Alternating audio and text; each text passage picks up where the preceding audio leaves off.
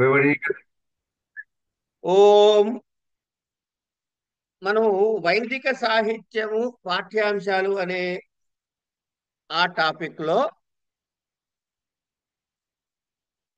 ఇవాళ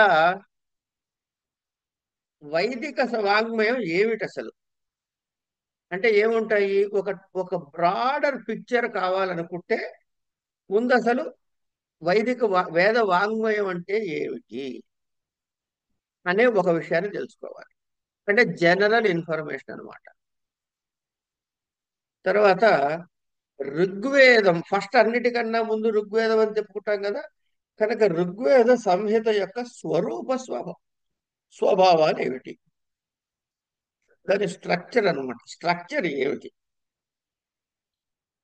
ఈ ఋగ్వేదం ఏ కాలములో రచించబడినది అని మనం అనుకుంటున్నాం. రచనాకాలం అంటే అది కన్ఫర్మ్డ్ గా ఎవ్వరూ చెప్పలేరండి. ఏమండి? అయిన తర్వాత ఈ ఋగ్వేదంలో ఎలాంటి సోషల్ కాంటెక్స్ట్ ఉంది, ఇవన్నీ కొన్ని విషయాలు, కొన్ని వివరాలు అక్కడక్కడ చెబుతారు. ఇవి ప్రధానంగా తెలుసుకుంటాం. అయిన తర్వాత ఈ ఋగ్వేదంలో ఏ విధంగా ఉంటుంది స్ట్రక్చర్ అంటే సూక్తాల రూపంలో ఉంటుంది. ఈ సూక్త ద్రష్టలు ఎవరు? స్రష్టలు కాదు. ఇది మర్చిపోకండి ఈ మాటని. ద్రష్ట మాత్రమే. సూక్త ద్రష్టలు ఎవరు? తర్వాత ఋగ్వేద దేవతలు ఎవరెవరు ఉన్నారు ఋగ్వేద కాలంలో? ఋగ్వేద కాలంలో ఏ ఏ పేర్లని, ఏ ఏ పేర్లతో దేవతల్ని సంబోధించాము? అయిన తర్వాత ఆ కాలంలో ఉన్నటువంటి సామాజిక వ్యవస్థ ఎలా ఉండేది? ఇది బేసిక్ గా అన్నిటికన్నా మొట్టమొదటి డాక్యుమెంటెడ్ వర్షన్ అని యూనివర్సల్ గా యాక్సెప్ట్ అయింది కాబట్టి దీని గురించి కొంచెం వివరంగా తెలుసుకుంటాం. అయిన తర్వాత తైత్తిరీయ సంహిత, శుక్ల యజుర్వేదము, సామవేదము, అథర్వణ వేదం. ఈ వేదాలు అంటే మొత్తం 4 వేదాల గురించి వివరాలు మనం తెలుసు. ఏ ఏ వేదంలో ఏముంది, ఏం చెప్పబడింది, దాని విత్ దాని అటెండెంట్ ఇన్ఫర్మేషన్. సరే, వేద సంహితలు అయిపోయిన తర్వాత ఏముంది? మంత్ర బ్రాహ్మణ మంత్ర మంత్రాలు. ఇది సంహిత అంటే బ్రాహ్మణాలు చదువుకున్నాం ఆల్రెడీ. తర్వాత ఆరణ్యకం చదువుకున్నాం, ఉపనిషత్తులు చూసాం. ఇక్కడికి వేదము పూర్తయింది 4 అంగాలతో. అయిన తర్వాత వాటిలో ఉండే వేద అంగాలు ఏమిటి? ఈ బ్లాక్ అంతా చదువుకుంటే మీకు మీ పరీక్షలకి 2 యూనిట్ల కింద లెక్క, అంటే 40 మార్కులు. ఈ మార్కుల సంగతి ఎందుకు చెబుతున్నానంటే, అమ్మో ఈ పేపర్ చాలా కష్టంగా ఉందండి, సూక్తాలు గుర్తుంటాయో ఉండవో అండి అని ఎవరైనా భయపడుతుంటే, ఇది టెక్స్ట్ ఫార్మెట్. ఈ టెక్స్ట్ ఫార్మెట్ మీరు హాయిగా చదువుకున్నారనుకోండి, 1 4 చదివితే నోటికి గుర్తుంటాయి. లేకపోయినా మనం చెప్పుకున్నాం కదా, ఒక మంత్రం పరీక్ష హాల్లో పాస్ అవడానికి మంత్రం చెప్పుకున్నాం కదా. గుర్తుందండి ఎవరికైనా? విజయ్ కుమార్ గారు. సరే, చెప్పండి ప్రాణాయామం రాయడం. ప్రాణాయామం అండి. ప్రాణాయామం ఒకటి. Copy copy. ఆ, పక్క వాడిని అడిగా. ఇవన్నీ సరదాగా చెప్పుకునే మాటలండి. 1కి 4 సార్లు చదివితే మీరే 10 మందికి సహాయం చేసే స్థితికి ఎదుగుతారు. చదవాలి అంతే. 10 సార్లు చదివితే. ఇంకోటండి, వీటన్నిటిలో కూడా ఏ సబ్జెక్ట్ అయినా, అది ఇంగ్లీష్ కానివ్వండి, లెక్కలు కానివ్వండి, సైన్స్ కానివ్వండి, సోషల్ కానివ్వండి, ఏ సబ్జెక్ట్ అయినా కూడా సబ్జెక్టులో ఉండేది 20 నుంచి 25% మిగతాదంతా అది చెప్పటానికి వినియోగించే భాష. అంటే ఏ మీడియం ఆఫ్ ఇన్స్ట్రక్షన్ లో మీరు రాస్తారో ఆ మీడియం ఆఫ్ ఇన్స్ట్రక్షన్ భాష మీకు రావాలి. కనుక మీకు తెలుగు బాగా వచ్చి ఇంగ్లీష్ రాకపోతే ఇంగ్లీష్ మీడియం తీసుకోకూడదు పిల్లల చేత. వాడు తెలుగు మీడియంలో వేయండి, బాగా చదువు వస్తుంది. కారణం ఏంటంటే భాష చూడ ఎక్స్ప్రెషన్ ఉంది అక్కడ. కానీ ఏదో నేర్చుకోవాలని చెప్పి మనం వెళ్ళి ఇంగ్లీష్ మీడియం ఇంగ్లీష్ రాకపోతే ఇంగ్లీష్ మీడియం, తెలుగు రాకపోతే తెలుగు మీడియం చదివితే కంటెంట్ ఎక్స్ప్రెషన్ ఉండదు. అంతే. కనుక ఇది కూడా కోడిఫై చేసేసుకుంటే, కన్సాలిడేట్ చేసుకుంటే, పాయింట్స్ రాసుకుంటే మీకు ఈ మొత్తం వేద సంబంధ 2 యూనిట్లు కలిపి నా ఉద్దేశములో A4 షీట్ అటు ఇటు కలిపి 2 పేజీలకు మించి రాదండి. ఏది మామూలుగా నార్మల్ గా రాసే హ్యాండ్ రైటింగ్ ఇరికిచ్చి చీవ తలకాయలా రాయమని చెప్పట్లే. 2 A4 షీట్స్ కు మించి కంటెంట్ రాదు పాయింట్స్ రాసుకుంటే. తర్వాత భాష మీ సొంతం, ఎలా ఎక్స్పాండ్ చేసి రాస్తారనేది మీ ఇష్టం. సరే, ఇది ఒకసారి మళ్ళీ చెప్పేసుకుని చెప్పిందే చెప్పి ఏమిటాయి అంటే చెప్పుకోవడం తప్పదు కాబట్టి చెప్పుకుని ఇక సబ్జెక్ట్ లోకి ప్రవేశిద్దాం. వేదములు పౌరుషేయములు. అపౌరుషేయము అంటే పురుషుల చేత రచించబడినవి కాదు. అంటే ఇది ఫలానా వాడు రాశాడు అని ఇప్పుడు నేను అదే శతకం రాశాను, నేను ఒక ప్రయత్నం చేశా అక్కడ. ఇందులో ఏం రాయాలి, మనం ప్రపంచంతో ఎలా మోసగించబడకుండా ఉండాలి, కనుక నువ్వు వీళ్ళని కాంటాక్ట్ చేసావు అనుకో నువ్వు పిచ్చివాడివి అవుతావు అనే ఒక తాత్పర్యం మనసులో పెట్టుకుని దాని మీద కంటెంట్ ఊహించుకుంటూ విద్యా వ్యవస్థలు అనుకోండి, ఇంకోటి అనుకోండి, ఇట్లా నేను ఏదో రాశాను. అలా విశ్వనాథ్ సత్యనారాయణ గారు ఉన్నారు, పోటీకి 1000 పడగలకి పుస్తకం రాయాలి. ఆయన ఒక ప్రణాళిక వేసుకోవాలి మనసులో. ఇది రాద్దాం, ఈ కథ రాద్దాం, ఈ కథలో ఈ పాత్ర ద్వారా ఈ సందేశాన్ని ప్రజలకు ఇద్దాం, ఇట్లా ఏదో అనుకుని ఉంటారు. ఇలా ఈ ప్రణాళిక ఏమి తయారు చేసుకుని రాసినటువంటి పురుష ప్రయత్నముతో రాసినటువంటి గ్రంథాలు కావు వేదం. ఇవి పౌరుషేయం. అపౌరుషేయ స్థితి సాధించటంలోని ప్రధానమైన లక్ష్యం ఏమిటంటే నిర్దుష్టముగా దోషరహితముగా ఉండును అని చెప్పటానికి. ఎందుకంటే మానవి మేధ ఎంత గొప్పవాడైనా సరే తప్పు పోయేందుకు అవకాశం ఉంది. ఆ అవకాశము అపౌరుషేయ స్థితిలో ఉండదు. అందుకని సరే, ఇవి స్వతసిద్ధముగా వచ్చినవి అంచేత వాటికి మళ్ళీ వేరే ప్రమాణం. అనంతకృష్ణ గారు పుస్తకం రాశారంటే సత్యబాబు గారు ముందు మాట రాస్తేనే దానికి వాల్యూ అండి. లేదు, ఇంకోటి ఏదో చేశాడంటే ఇంకోళ్ళు ఎవరో పెద్దవాళ్ళు సర్టిఫికేట్ ఇస్తేనే వాల్యూ. కానీ మేము ఎంఏ చదివాము అంటే ఉస్మానియా యూనివర్సిటీలో ఒక కాగితం మీద లక్ష్మారెడ్డి గారు ఎంఏ డిస్టింక్షన్ లో పాస్ అయ్యారని రాసిస్తేనే వాల్యూ. ఇలాంటి వాల్యూలు సర్టిఫికేషన్స్ ఏం అక్కర్లే వేదానికి. అది స్వతసిద్ధ ప్రమాణం, అంటే అదే అన్నిటికీ ప్రమాణమైనది ఒకటి. అంచేత దీనిలో చెప్పినటువంటి విషయాలు, వేదమునందు చెప్పబడినటువంటి విషయాలకి మళ్ళీ దాని సత్యత్వాన్ని నిరూపణ చేయాల్సిన అవసరం లేదు. ఏమండి? తర్వాత ప్రతి మానవుడికి కొన్ని అనుభవాలు ఉంటాయండి. ఇది పుస్తకానికి సంబంధించింది కాదు కానీ చెబుతా. ప్రతి మానవుడికి పసిపిల్ల బాలాది అందరికీ కూడా, మీరు కావాలంటే మీ జీవితాన్ని మీరు తరచు చూసుకోండి. కొన్ని సందర్భాల్లో మీరు అప్రయత్నముగా అప్రయత్నముగా కొన్ని మాటలు అంటారు. ఏది? Probably you are predicting a future, లేదా you are visualizing something which has happened. గతంలో జరిగినది మీకు తెలియని విషయం గురించి మీరు ప్రస్తావిస్తారు. ప్రతివాడికి అనుభవం ఉంటుంది, అందులో ఏ అనుమానం అక్కర్లే. గమనించడం గమనించకపోవడం ఒకటే తేడా.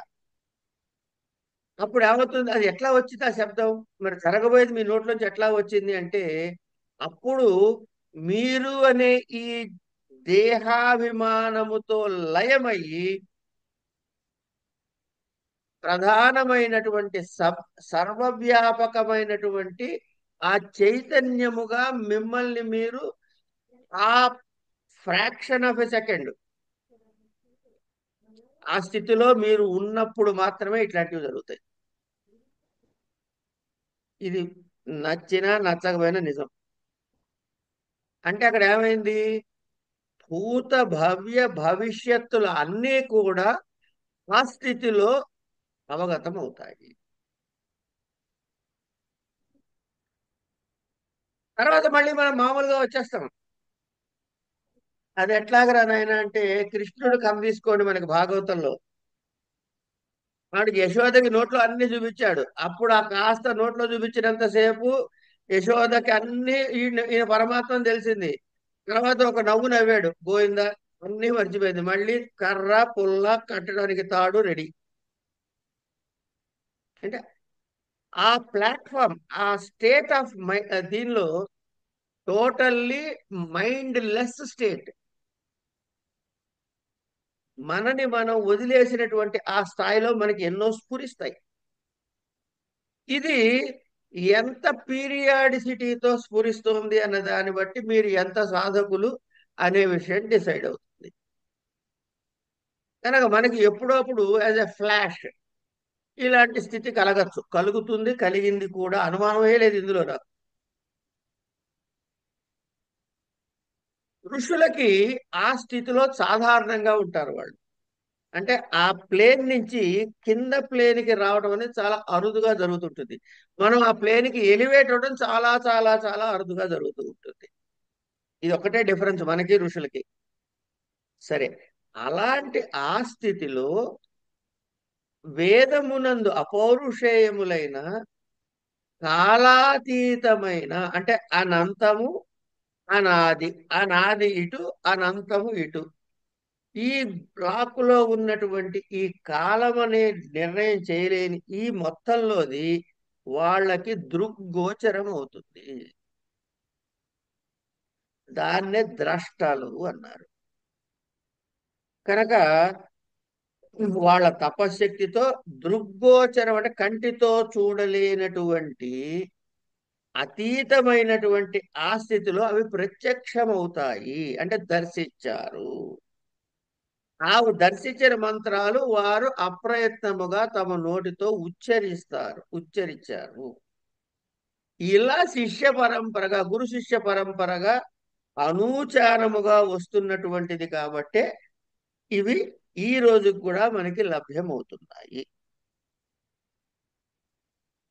కనుక ఇది ఎవరు చెప్పారు అంటే ఆ దర్శించిన ఋషులు చెప్పారు.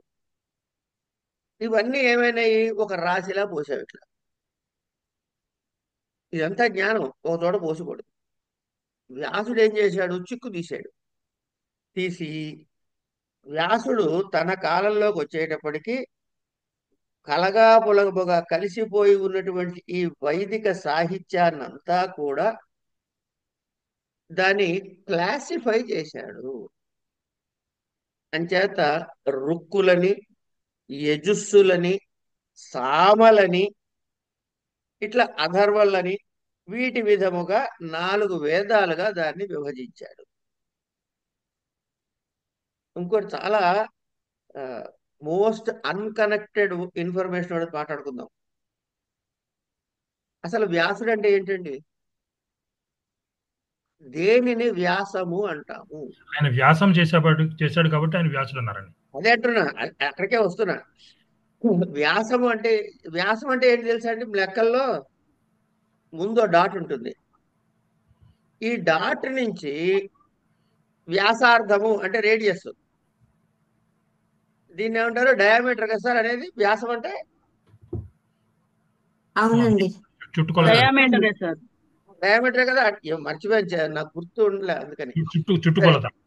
చుట్టుకొలత పెరిమీటర్. చుట్టుకొలత కాదండి, వ్యాసము అంటే డయామీటర్, వ్యాసార్థము అంటే వ్యాసార్థము రేడియస్. వ్యాసార్థము రేడియస్, వ్యాసము అంటే డయామీటర్, చుట్టుకొలత పెరిమీటర్. వ్యాసార్థము రేడియస్. సంకలనం చేయబడిందని కూడా అంటారు కదా గురువు గారు.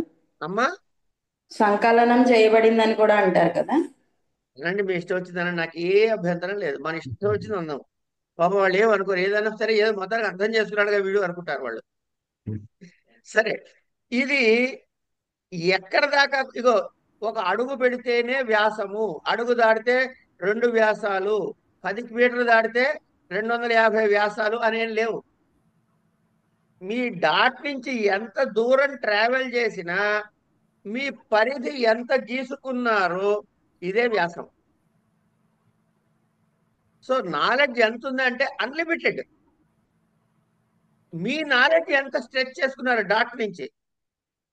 అంటే డాట్ అంటే ఏమిటి, the crux of the issue నుంచి మీరు ఎంత ట్రావెల్ ఎంత వైడ్ గా ట్రావెల్ చేయగలిగారు, ఇది వ్యాసం. ఆయన వ్యాసుడు అందుకే అయ్యాడు. మనం ఎంత నేర్చుకుంటే అంతవరకు మన పరిధి జ్ఞానము. సరే, అయిన తర్వాత ఈయన ఏం చేశాడు? ఋగ్యజు సామలుగా చేశాడు. ఎందుకు చేసిన తర్వాత వీటిని మళ్ళీ కోడిఫై చేశాడు. ఎలా?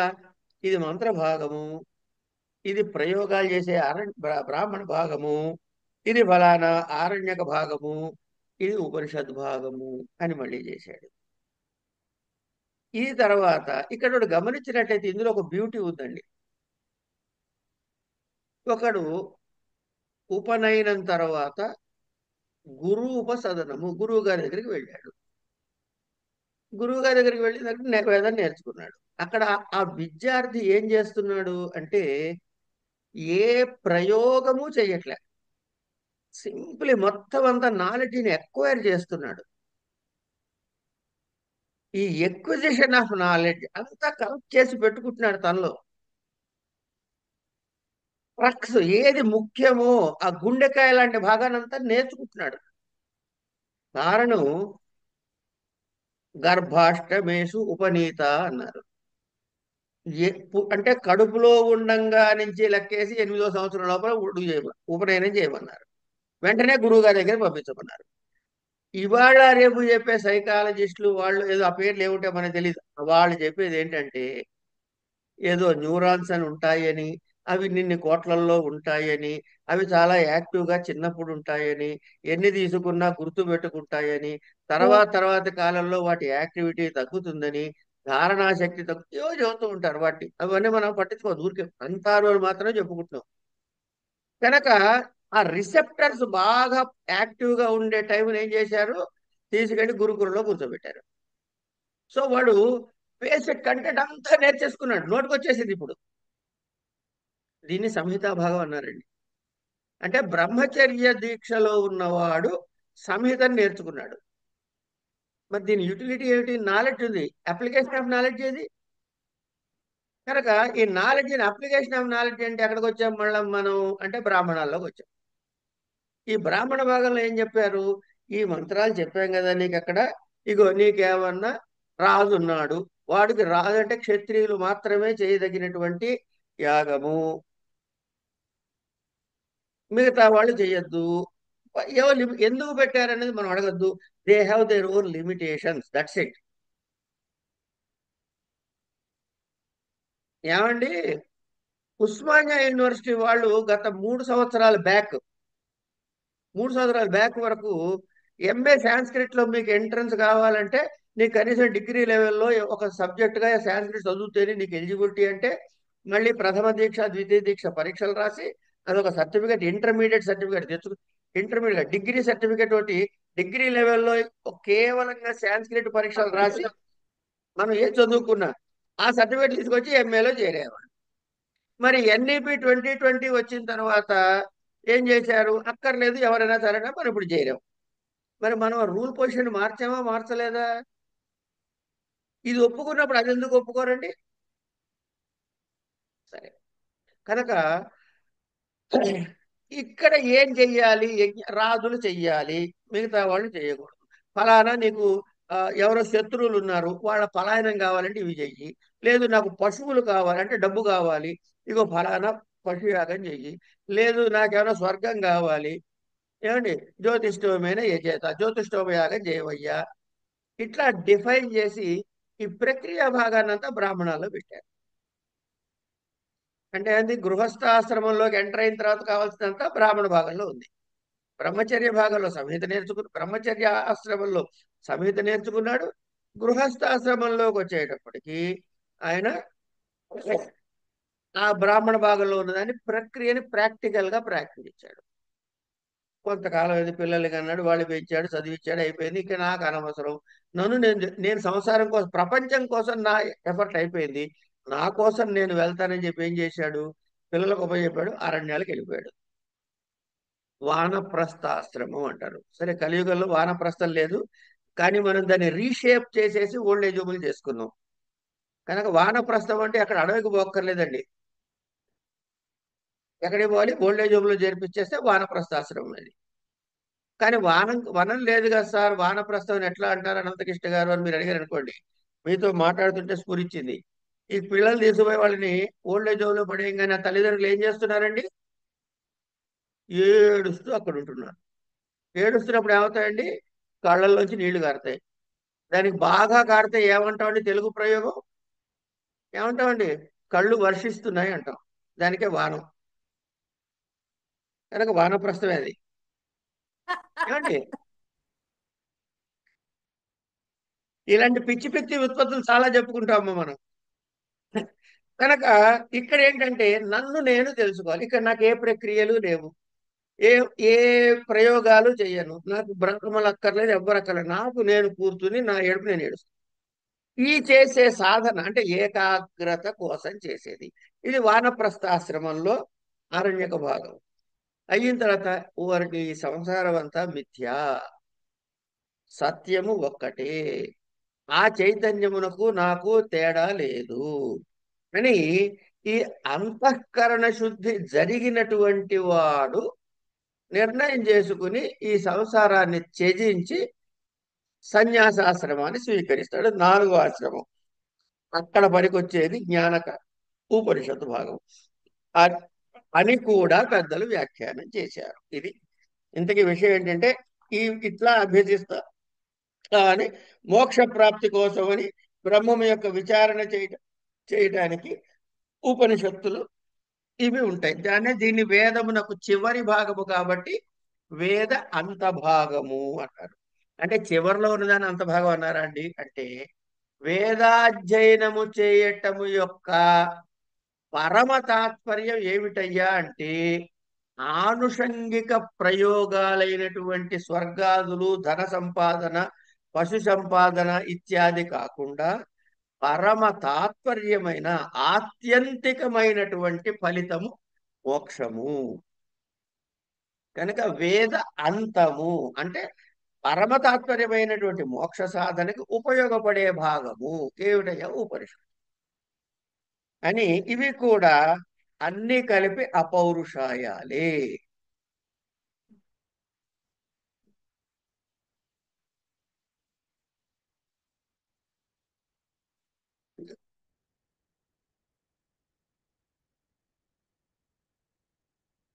ఇది వేదము యొక్క స్ట్రక్చర్.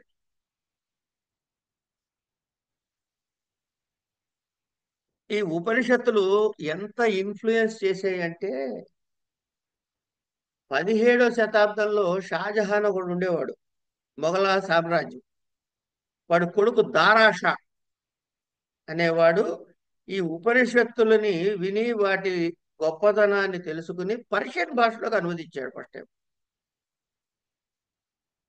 తర్వాత అది ఆధారంగా చేసుకుని ఎప్పుడు 17వ శతాబ్దంలో అనువదించబడిన దాన్ని ఆధారంగా చేసుకుని 19వ శతాబ్దం ప్రారంభంలో ఏమండి డుఫెరాన్ అనే ఒక ఫ్రెంచ్ సాహిత్యవేత్త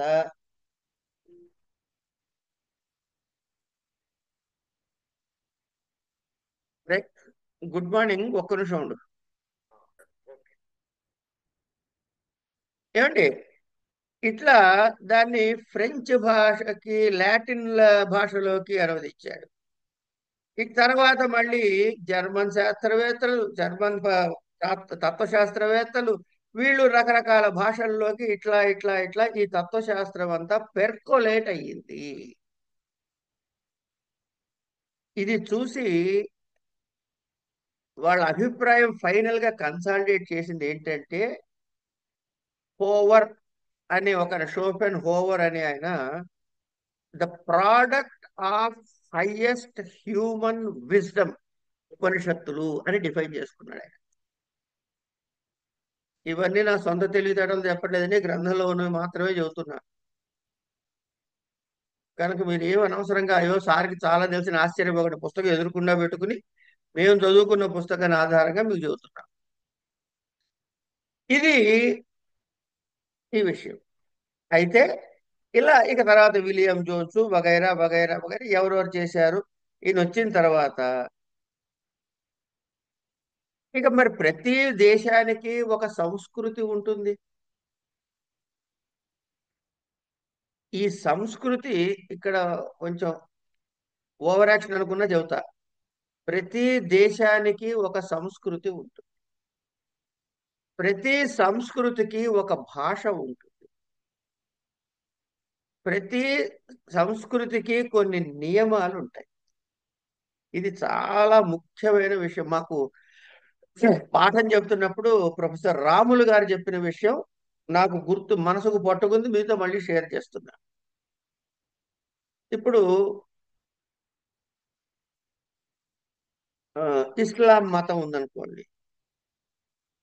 ఆ మతానికి ఉర్దూ భాష లేకపోతే అరబ్బిక్ భాష, మరి పర్షియన్ ఉంది, అరబ్బీ అనుకుందాం కాసేపు, అరబ్బియో ఉర్దూనో. ఈ భాష దానికి అటాచ్డ్ భాష. అంటే ఆ తత్వము, ఆ ఇస్లాం తత్వాన్ని తెలుసుకోవలసినటువంటి సారభూతమైన విషయాలు అన్నీ కూడా, అది ఎక్కువ తక్కువ అని నేను మాట్లాడట్లే, ఎవరి తత్వం వాళ్ళ గొప్పది, పక్కకు పెట్టండి. సారభూతమైన అంశాలన్నీ కూడా ఆ భాషలో లభ్యమవుతాయి. ఇది ప్రధానం. ఇంగ్లీషు లేకపోతే మరో భాష, ప్రధానంగా ఇంగ్లీష్ అనుకుందాం కాసేపు. క్రిస్టియానిటీకి అటాచ్డ్ లాంగ్వేజ్. ఇట్లా ప్రతిదానికి ఒక భాష అటాచ్ అయి ఉంటుంది. భారతీయ సనాతన ధర్మానికి సంస్కృతం అటాచ్డ్ లాంగ్వేజ్. ఈ లాంగ్వేజ్ ని ఎప్పుడైతే ఆ భాష రాకుండా పోతుందో, ఆ సంస్కృతి తెలియకుండా పోతుంది. మెకాలే మహానుభావుడు కనిపెట్టినటువంటి మూలకందమైనటువంటి భారతీయతని నాశనము చేసేటటువంటి సూత్రం ఇది. అందుకని సంస్కృతాన్ని సిస్టమేటిక్ గా పక్కకి తోసి, ఇది పిచ్చి భాష, ఇది చాదస్తుల భాష, ఇది పనికిరాని భాష, ఇది మృత భాష, ఇలాంటి సర్వచండాలాలు మాట్లాడి మనకే తెలియకుండా దాన్ని జోలికి పోనీయకుండా చేసి, నీ బతుకి ఈ భాష లేకపోతే లేదు అని డైవర్ట్ చేయబడ్డాము, మనం డైవర్ట్ అయ్యాము కూడా.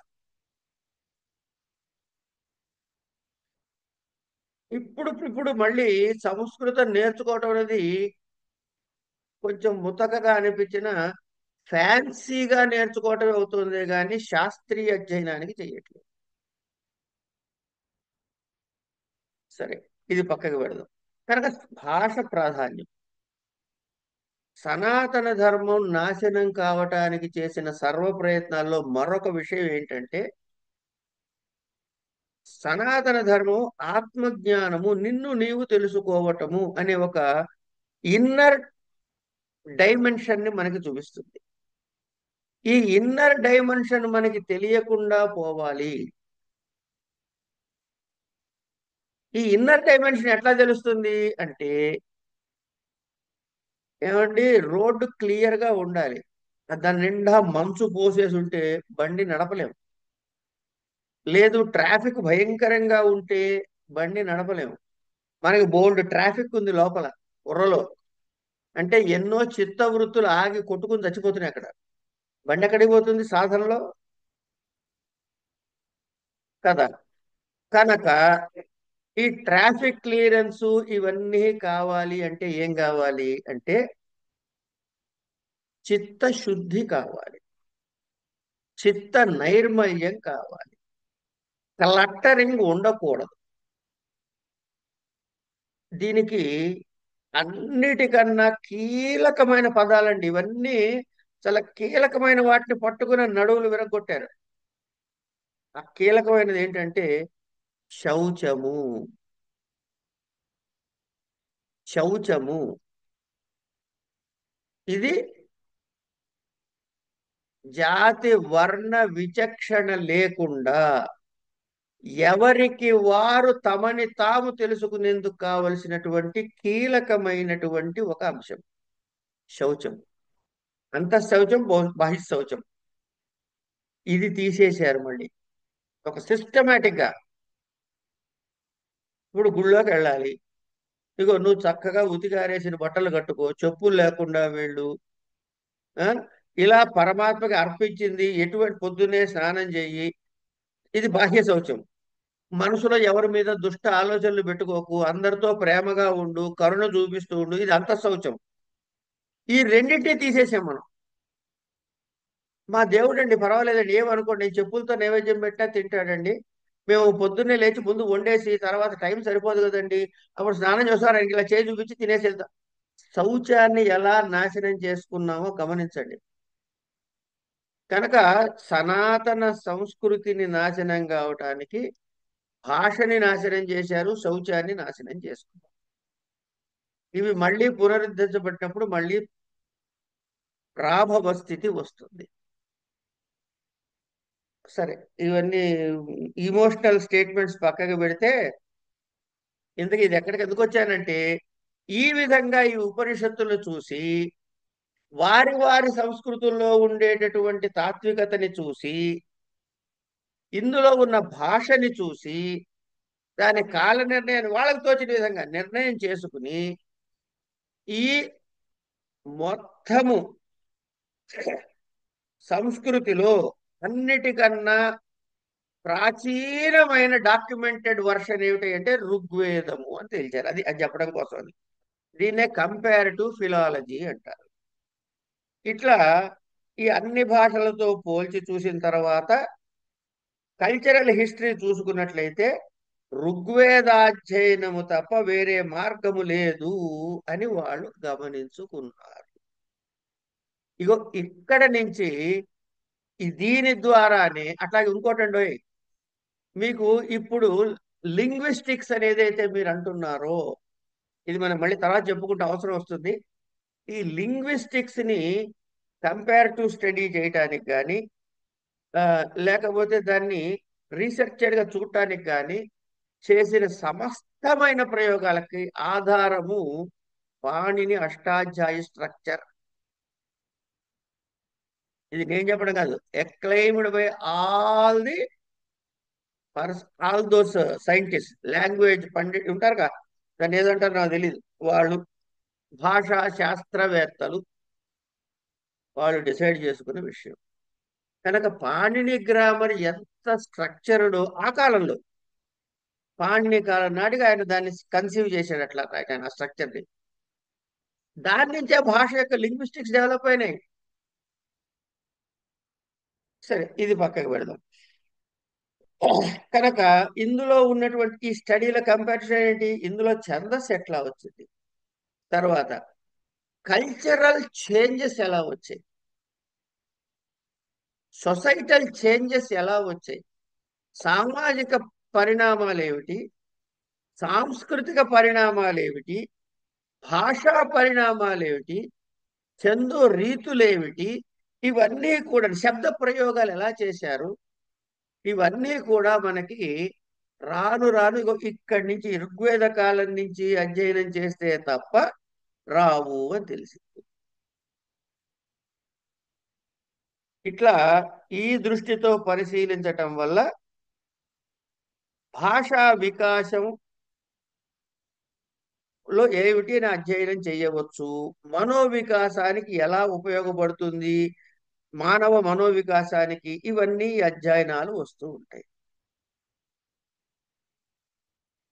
కానీ మాకు ఇందులో పుస్తకంలో మాట రాస్తున్నారు, ఛాందోగ్యోపనిషత్తులో 7:12 నుంచి చూడండి.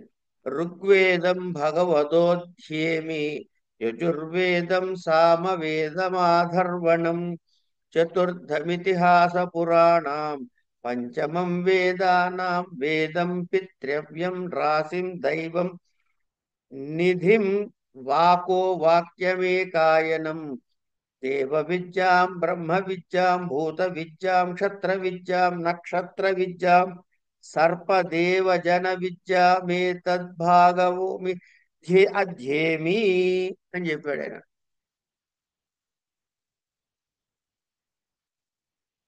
అంటే ఈ చాందోగ్యంలో జరిగే ఈ ఘట్టం ఏంటంటే, సనత్ కుమారుడు నారదుడి దగ్గరికి వెళ్ళి అడిగట, ఏమని, నాకు బ్రహ్మ విద్య చెప్పరా అని. అంటే సనత్ కుమారుడు ఆ ప్రశ్న వేస్తే నాన్న ఇంతకీ నువ్వు ఏం చదువుకున్నావు చెప్పు, దాన్ని బట్టి నీకు ఏం చెప్పాలో నేను డిసైడ్ చేస్తా అన్నట్ట. ఆయన చదివిన విద్యలు చెప్పాడు ఇక్కడ. ఏమేం చెప్పాడు అంటే తానే ఆయన అప్పుడు నేను ఋగ్వేదం నేర్చుకున్నాను, ఋగ్వేదం భగవో అధ్యేమి, ఋగ్వేదం నేర్చుకున్నాను, యజుర్వేదం, సామవేదం, అధర్వణ వేదం, ఇట్లా 4. తర్వాత అధర్వణ ఇతిహాస పురాణం అనే పంచమ వేదము, వ్యాకరణము అంటే వేదానాం వేద అన్నాడు. ఇక్కడ మాట ప్రయోగించింది వేదానాం వేదం అంటే వ్యాకరణ శాస్త్రం. తర్వాత శ్రాద్ధ కల్పన నేర్చుకున్నాడు, ఎట్లా చేయాలి చెప్పు కదా అనగానే పితృవ్యం. తర్వాత రాశిం అంటే గణితం నేర్చుకున్నాడు, ఉత్పాత జ్ఞానం అంటే జ్యోతిషం నేర్చుకున్నాడు, నిధి శాస్త్రం, తర్కం, వాకో వాక్యం అంటే తర్కం, వాకో వాక్యం అంటే కాన్వర్జేషన్ అన్నమాట. ఏ నీతి శాస్త్రం, ఏకాయనం, నీతి శాస్త్రం, నిరుక్తం, ఇట్లా శిక్ష, కల్పం, ఛందస్సు, భూత విద్య, ధనుర్వేదం, జ్యోతిషము, గరుడం, సర్ప విద్య, ఇలా సంగీతం, శిల్పము ఇవన్నీ నేర్చుకున్నానయ్యా అన్నాడు. ఇది నేర్చుకున్నాడో నేర్చుకోలేదో పక్కకు పెట్టండి. ఇన్ని విద్యల పేర్లు అక్కడ రెఫరెన్స్ ఉంది. ఇది నేర్చుకోవాలంటే అది ఒక గ్లోన్ అప్ స్టేటస్ లో ఉండాలి ఈ విద్యలన్నీ. ఇది సనాతనమైన వైదిక సాహిత్యంలో ఉండేటటువంటి విద్యల విలువలు. వీటిని నేర్చుకున్నానయ్యా అన్నాడు. సరే, తర్వాతి కాలంలో శాఖోపశాఖలుగా వాటిలో ఉండే చిన్న చిన్న డీవియేషన్స్, మాడిఫికేషన్స్ తో వచ్చినటువంటి వాటిని చెప్పుకున్నాం. వాటి పేర్లు ఆనాటి వాళ్ళ దీనిలతో వస్తాయి, అది పక్కకు పెడతాం. కనుక ఈ అంగ విద్యలున్నాయి, 4 వేదాలు. వాటికి వ్యుత్పత్తి ఏమిటి, అర్థం ఏమిటి, తాత్పర్యం ఏమిటి, ప్రయోగం ఏమిటి, ఇవన్నీ ఎలా చేయాలంటానికి మళ్ళీ మనకి వేద అంగాలు వచ్చాయి. ఇట్లా రకరకాలైన విషయాలు మనం చెప్పుకుంటాం. కనుక ఈ వేదాలు ఏమిటి, వాటి శాఖలు ఏమిటి, వాటి కాల నిర్ణయం ఏమిటి, అందులో ఉండే విషయాలు ఏమిటి, ఈ షడంగాల యొక్క ప్రయోజనం ఏమిటి, ఈ వైదిక వాంగ్మయం పరిమితమైనదా అపరిమితమైనదా, ఇవన్నీ తెలుసుకోవటానికి మనం ప్రస్తుతం ప్రయత్నం చేస్తున్నాం అనమాట. అంచేత ఋగ్వేద సంహిత యొక్క స్వరూపం ఏమిటయ్యా అని ఎవడైనా అడిగితే ఇండో యూరోపియన్ లాంగ్వేజెస్. ఇవి మళ్ళీ మనం సాహిత్య చరిత్ర నేర్చుకున్నప్పుడు ఈ టాపిక్స్ మళ్ళీ మీరు సెకండ్ ఇయర్ లో నేర్చుకుంటారండి. ఈ ఇండో యూరోపియన్ లాంగ్వేజెస్ ఏమిటి, లాంగ్వేజ్ అసలు భాషల్ని ఏ విధంగా వర్గీకరించారు, ఆ వర్గీకరణ క్లాసిఫికేషన్ లో సంస్కృతం ఎక్కడుంటుంది, ఈ ఈ వర్గీకరణ ఏ బేసిస్ మీద చేశారు, సౌండ్ ఆధారంగా చేశారా, ఇంకో ఆధారంగా చేశారా, తర్వాత ఈ లాంగ్వేజ్ నుంచి ఆ లాంగ్వేజ్ లోకి వర్డ్స్ ఎట్లా వెళ్ళాయి. ఇప్పుడు నిన్న ఎవరో ఫేస్బుక్ లో సరదాగా పెట్టారు, ఏదో పెడితే నేను రాశా అయ్యా అని మనం మర్యాదగా చెప్తాము, వాడు ఏమన్నా యా అని వాడుకున్నాడండి, ఆ తీసేసి అన్న. ఏమండి, ఇట్లా మా ఫ్రెండ్ ఒకడు ఉండేవాడు, అరే గవర్నర్ అంటే ఏంటో తెలుసా నీకు అన్నాడు. అది తెలియదురా అన్న. గౌరవమైన నరుడు రా వాడు, గౌరవ నరుహ గవర్నరహ అన్నాడు. సరదాగా చెప్పుండొచ్చు కాక, కానీ వాడి భావంలో ఈ ఈ భాష నుంచి ఆ భాషకు ఒక కొత్త పదానికి డిఫైన్ చేసుకున్నాడు. సరదాగా చెప్పుండొచ్చు కాక, కానీ నిజంగా అలా వెళ్ళినవి చాలా ఉంటాయి. ఇప్పుడు మనం రిక్షా అంటున్నాం, జపాన్ భాష నుంచి ఇంపోర్ట్ అయినది.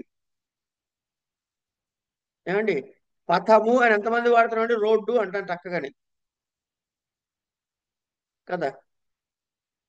ఇట్లా ఆ పదాల వ్యుత్పత్తి ఎలా పుట్టినాయి, ఈ పదం పుట్టడానికి ఏ ఏ భావాలు అందులోకి వెళ్ళాయి, ఏ భాష నుంచి తీసుకున్నాం, ఇవన్నీ చదివే శాస్త్రాలు వాళ్ళు కనిపెట్టారు. వాటి జోడి మనం పోట్లే, కానీ ఉన్నాయి అని తెలుసుకోవాలి మనం. కనుక ఈ లాంగ్వేజ్ క్లాసిఫికేషన్స్ ఏంటి, ఇండో యూరోపియన్ లాంగ్వేజెస్ ఏమిటి, అన్నిటికన్నా ఈ లాంగ్వేజ్ క్లాసిఫికేషన్స్ లో Indo European language oldest of the lot అని చెప్పి చెప్తారు. దీని నుంచి ఈ భాషా పరిణామాలు ఎలా జరిగాయి, అనేక భాషల్లో, ఇది మనం ఇక్కడ ముఖ్యంగా పట్టుకోవాల్సిన పాయింట్ ఇదండి. ఇక్కడ ముఖ్యంగా పట్టుకోవాల్సిన పాయింట్ ఇప్పుడు చెప్పుకోబోయేది. అనేక భాషల్లో ఏది అతి ప్రాచీనమైనటువంటి ఇండో యూరోపియన్ లాంగ్వేజ్ అని చెప్పామే, ఈ ఇందులో భాష భ్రష్టు పట్టకుండా, భ్రష్టు పట్టడం అంటే చెడ్డ మాట కాదండి, మార్పు చెందకుండా, మార్పు చెందకుండా ఉన్నటువంటి, అంటే ఒరిజినల్ శబ్దం మొట్టమొదటి ఎలా పుట్టిందో ఈ రోజుకి అలాగే ఆ ఫార్మెట్ లో ఆ శబ్ద సముదాయంతో ఈ అర్థాన్ని ద్యోతకం చేస్తున్నటువంటి స్ట్రక్చర్ ఏదైనా ఉందంటే అది వేద సంహితలు. అర్థమైందండి? ఈ గ్రంథంలోని భాష పరిణామముకు లోను కాలేదు, పరిరక్షించబడినది. ఇందులో 1017 సూక్తాలున్నాయని, 8 మండలాలుగా విభజించారని అన్నారు. తర్వాత కాలంలో ఇంకో 11 సూక్తాలు కలపారని, వీటిని వాలఖిల్య సూక్తాలు అని అంటారని, ఆ విధంగా 1028 సూక్తాలు ఉన్నాయని, ఇందులో 10,600 మంత్రములు ఉన్నాయని, ఈ మంత్రాలని రుక్కులు అంటారు. ఈ మంత్రాల్ని రుక్కులు అని అంటాం. ఈ రుక్కులు సందర్భాన్ని బట్టి 3 పాదాల్లో గాని, 4 పాదాల్లో గాని, 2 పాదాల్లో గాని ఉండే ఛందస్సుల్లో నిబంధించబడి ఉన్నాయి. గాయత్రి, జగతి, బృహతి, త్రిష్టుప్, పంక్తి, అనుష్టుప్ ఇట్లాంటి ఛందస్సుల్లో ఇవి నిబంధించబడి ఉన్నాయి. ఈ సూక్తాలు ఎట్లా విభజించారయ్య అంటే, మన క్లాసిఫై చేయాలి, నేర్చుకోవడానికి బ్లాక్స్ కావాలి కదా. దీన్ని 2 రకాలుగా చేశారు. ఒకటి ఏమిటంటే అష్టక విభాగం అని, మండల విభాగము అని. 1వ మండలము, 10వ మండలము అంటుంటాం కదా. ఇలా మండల విభాగము, మొదటి అష్టకము, 2వ అష్టకము, అష్టకం అంటే 8 కదండి, 8 భాగాలు చేశారని. ఇట్లా మొత్తం సూక్తాలని 8 అష్టకాలుగా విభజించి గణనం చేయడం జరిగింది. అంటే ఇదేదో క్యాజువల్ గా ఇగో ఇక్కడి నుంచి ఇక్కడ దాకా 1వ, ఇక్కడి నుంచి ఇక్కడ దాకా 1 పోయ్యా అనేటటువంటి విభజన కాదు.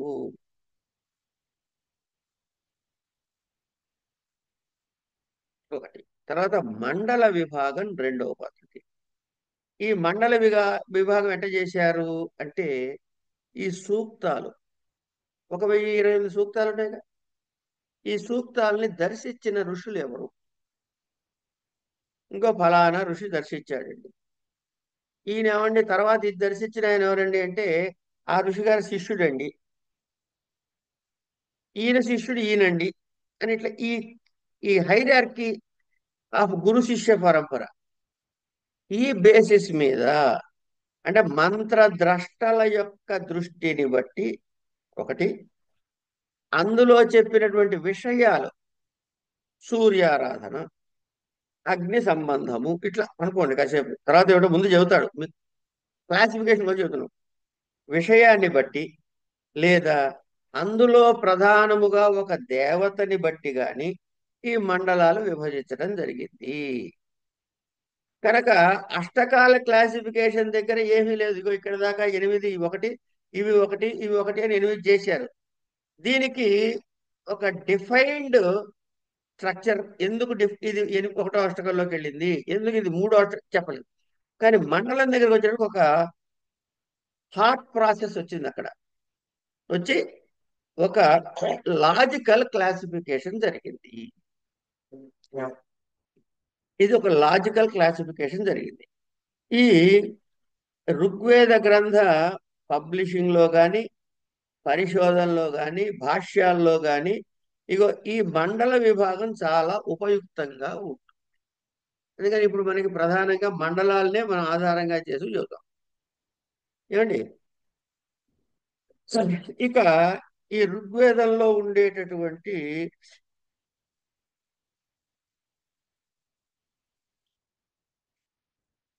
చెప్పుకుందానండి. ఇంకా ఈ ఋగ్వేదంలోకి వచ్చేటప్పటికి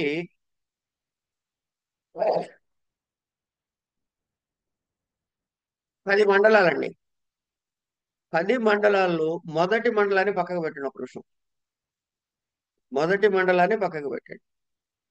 2 నుంచి 7, 2, 3, 4, 5, 6, 7 ఈ 6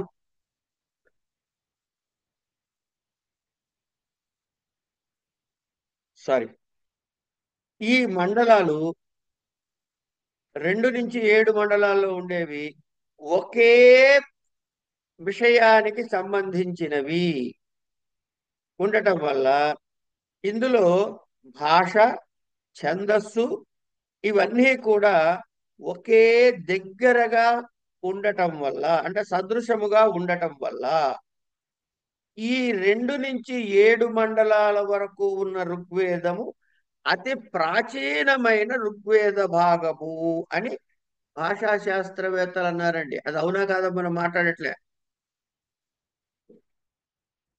అధ్యయనం చేసేటప్పుడు భాషా శాస్త్రవేత్తలు నిర్ణయం చేసుకున్నది. అయిన తర్వాత వచ్చినటువంటి ఛందస్సుల్ని చూసి ఏమండి తర్వాత ఇవి వచ్చాయి అంటే ప్రాచీన దేవతా స్వరూపాలు కాక తదుపరి కాలంలో వేటిని దేవతలు అన్నారో వాటి వివరాలు వచ్చాయి అని మిగతా వాటిలో. కనుక భాష, ఛందస్సు, అర్వాచీన దేవతల ప్రసక్తి ఇవన్నీ కూడా దశమ మండలంలో కనపడతాయి. ఒక్కొక్క మండలంలో ఒక ఋషితో కలిసి ఆ ఋషి వంశీయులతో గాని సంబంధం ఉంటుంది. కనుక ఇది ఋషి మండలంతో సంబంధం ఉంది కాబట్టి వీటిని వంశీక మండలాలు అన్నారు. ఎవరు? భాషా శాస్త్రవేత్తలు, పాశ్చాత్య భాషా శాస్త్రవేత్తలు. దీని ఏమన్నారు? వంశీక మండలాలు అన్నారు. ప్రథమ మండలంలో ఉన్న విశ్వామిత్రుడు, ఆయన పుత్రుడైనటువంటి మధుఛందస్ అని ఆయన ద్వారా వారి శిష్యుల ద్వారా దర్శించబడిన రుక్కులన్నీ ఉన్నాయి. ద్వితీయ మండలంలో గృత్సముదుడు, తృతీయంలో విశ్వామిత్రుడు, చతుర్థంలో వామదేవుడు, పంచమంలో అత్రి, షష్టలో భరద్వాజుడు, సప్తమంలో వశిష్ఠుడు, అష్టమంలో అంగిరసులు ఇలా దర్శించిన రుక్కులున్నాయి. నవమ మండలంలో సోమస్తుతి సూక్తాలన్నీ ఉన్నాయి. ఇలా అనేక ఋషుల చేత దర్శించబడినవి. రోమరసాన్ని ఎలా సిద్ధం చేయాలి, దాన్ని ఆస్వాదించడం వల్ల కలిగే ఆనందాలు ఏమిటి, ఇవన్నీ కూడాను సోమమండలం అని, పవమాన మండలం అని కూడా ఈ మండలాన్ని పిలుస్తారు. ఏ మండలానండి? నవమాన మండలాన్ని.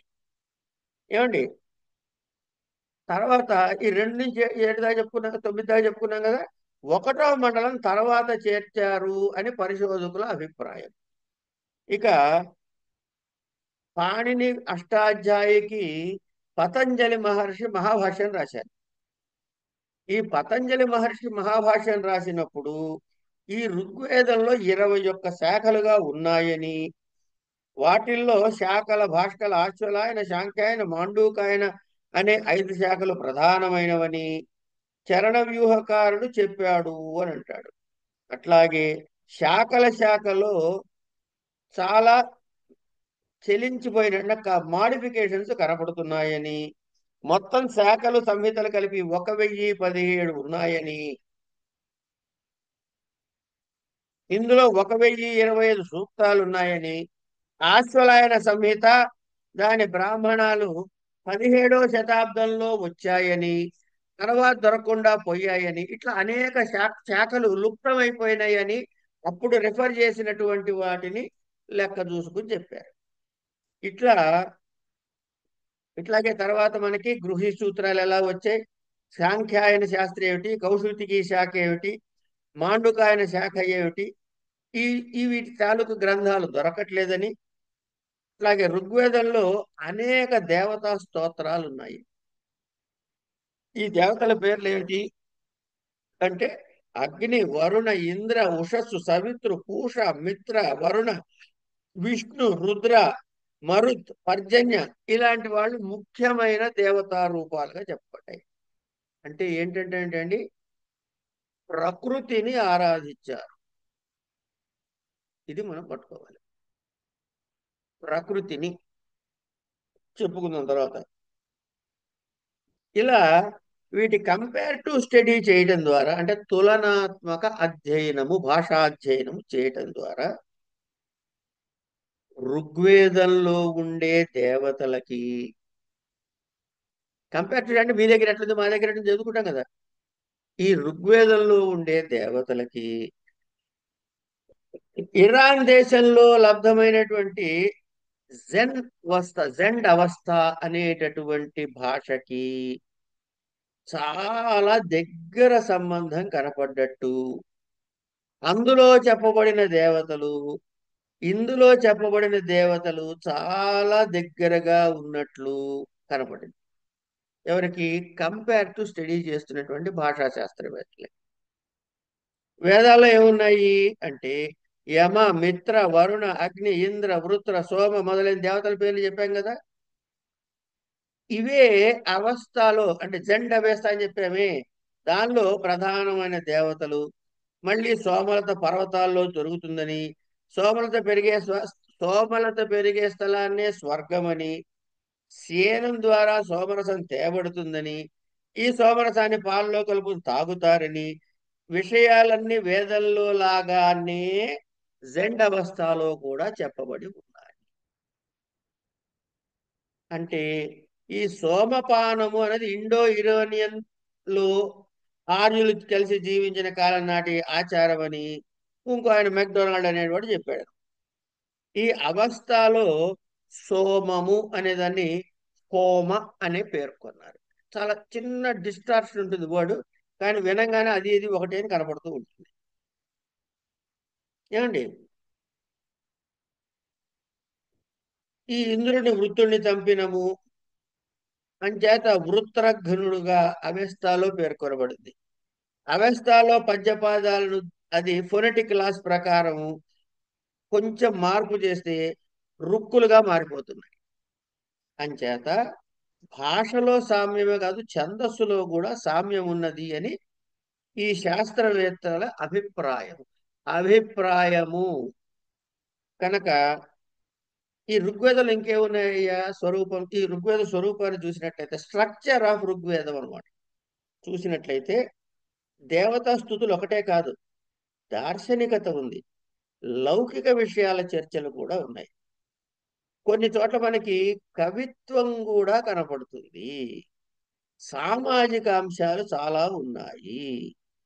తర్వాత కాన్వర్జేషనల్ సూక్తాలు, సంవాద సూక్తాలు అంటారు.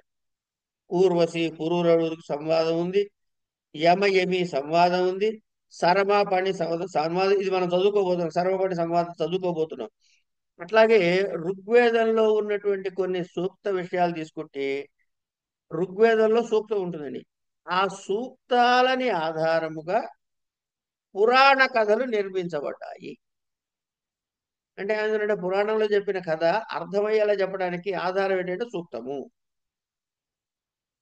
ఏమండి, ఇప్పుడు విష్ణు సూక్తం ఉంది మనకి. విష్ణు సూక్తం నుంచి వామనావతారం ఎందుకు ఉదాహరణగా చెబుతారు. అదేంటి ఆ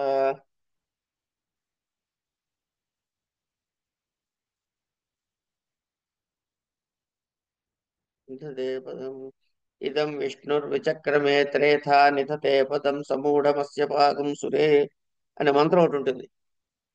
దాని ఆధారంగా వామనావతార ఘట్టం అంతా మార్చబడింది. అట్లాగే నాసదీయము, హిరణ్య గర్భము, వాక్కు, పురుష సూక్తము, ఇవన్నీ కూడా దార్శనికతకి నిదర్శనాలుగా మనకు కనపడతాయి. నాయన జోదం ఆడద్దురా నాయన, వ్యవసాయం చేయరా నాయన అనేటటువంటి అక్ష సూక్తం కనపడుతుంది. అంటే సామాజిక స్పృహలో ఉండే సూక్తాలు కనపడుతున్నాయి.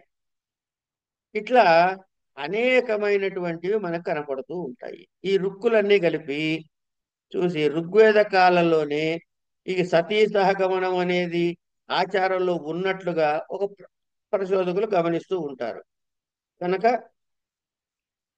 స్త్రీలు పితృకర్మల యందు హక్కు ఉన్నవాళ్ళని, ఇట్లా రకరకాలైన సతీ సహగమనాన్ని సూచించటం లేదని, ఇట్లా రకరకాల అధ్యయనాలు చేయటం ద్వారా మనకి అనేక విషయాలు మనకి ఋగ్వేదంలో తెలుస్తూ ఉన్నాయి, కనపడుతూ ఉన్నాయి అని ఈ ఋగ్వేదం గురించి మనం చెప్పుకున్నాం.